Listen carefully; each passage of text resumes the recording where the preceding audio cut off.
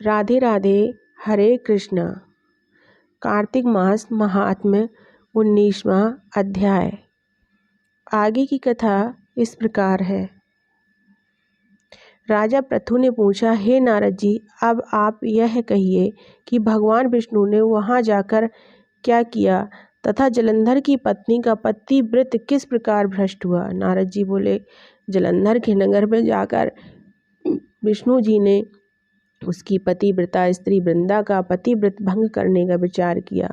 वे उसके नगर के उद्यान में जाकर ठहर गए और रात में उसको स्वप्न दिया। वह भगवान विष्णु की माया और विचित्रकार पद्धति थी। और उसकी माया द्वारा जब वृंदा ने रात में वह स्वप्न देखा कि उसका पति नग्न होकर सिर पर तेल लगाए महेश पर चढ़ा है, वह काले रंग के फूलों की माला पहने हुए है तथा उसके चारों और हिंसक जीव हैं, वह सिर मुड़ाए हुए है, अंधकार में दक्षिण दिशा की ओर जा रहा है। उसने नगर को अपने साथ समुद्र में डूबा हुआ इत्यादि बहुत से स्वप्न देखे। तत्काल ही वह स्वप्नों का विचार करने लगी। इतने में उसने सूर्यदेव को उदय होते हुए देखा तो सूर्य में उसे एक छिद्र दिखाई दिया तथा वह कांतिहीन था। इसे उसने अनिष्ट जाना और वह भयभीत हो रोती हुई छज्जे अटारी तथा भूमि कहीं भी शांति को प्राप्त न हुई।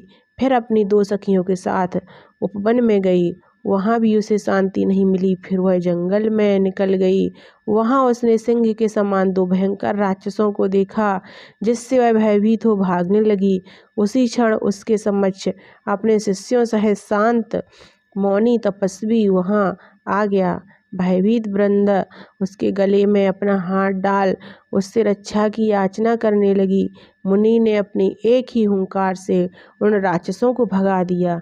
वृंदा को आश्चर्य हुआ तथा वह भय से मुक्त हो मुनिनाथ को हाथ जोड़ प्रणाम करने लगी।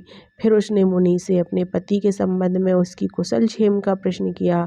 उसी समय 2 बानर मुनि के समक्ष आकर हाथ जोड़ खड़े हो गए और ज्यों ही मुनि ने भ्रुकुटी संकेत किया, त्यों ही वे उड़कर आकाश मार्ग से चले गए। फिर जलंधर का सिर और धड़ लिए मुनि के आगे आ गए। तब अपने पति को मृत हुआ जान वृंदा मूर्छित हो पृथ्वी पर गिर पड़ी और अनेक प्रकार से दारुण विलाप करने लगी।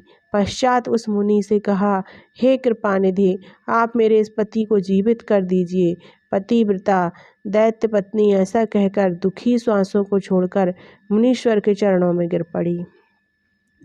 तब मुनीश्वर ने कहा, यह शिव जी द्वारा युद्ध में मारा गया है, जीवित नहीं हो सकता, क्योंकि जिसे भगवान शिव मार देते हैं वह कभी जीवित नहीं हो सकता। परंतु शरणागत की रक्षा करना सनातन धर्म है, इसी कारण कृपा कर मैं इसे जलाए देता हूँ। नारद जी ने आगे कहा, वह मुनि साक्षात विष्णु ही थे, उन्होंने यह सब माया फैला रखी थी। वह वृंदा के पति को जीवित करके अंतर्ध्यान हो गए। जलंधर ने उठकर वृंदा को आलिंगन किया और मुख चूमा। वृंदा भी पति को जीवित हुआ देख अत्यंत हर्षित हुई और अब तक हुई बातों को स्वप्न समझा। तत्पश्चात वृंदा सकाम हो बहुत दिनों तक अपने पति के साथ विहार करती रही। एक बार सुरत एवं संभोग काल के अंत में उन्हीं विष्णु को देखकर उन्हें ताड़ित करती हुई बोली, हे पराई स्त्री से गमन करने वाले विष्णु, तुम्हारे शील को धिक्कार है। मैंने जान लिया है कि मायावी तपस्वी तुम ही थे। इस प्रकार कहकर कुपित पतिव्रता वृंदा ने अपने तेज को प्रकट करते हुए भगवान विष्णु को शाप दिया, तुमने माया से 2 राक्षस मुझे दिखाए थे, वही दोनों राक्षस किसी समय तुम्हारी स्त्री ला हरण करेंगे। सर्पेश्वर जो तुम्हारा शिष्य बना है, यह भी तुम्हारा साथी रहेगा। जब तुम अपनी स्त्री के विरह में दुखी होकर विचरोगे, उस समय वानर ही तुम्हारी सहायता करेंगे। ऐसा कहती हुई पतिव्रता वृंदा अग्नि में प्रवेश कर गई। ब्रह्मा आदि देवता आकाश से उसका प्रवेश देखते रहे। वृंदा के शरीर का तेज पार्वती जी के शरीर में चला गया। पतिव्रत के प्रभाव से वृंदा ने मुक्ति प्राप्त की।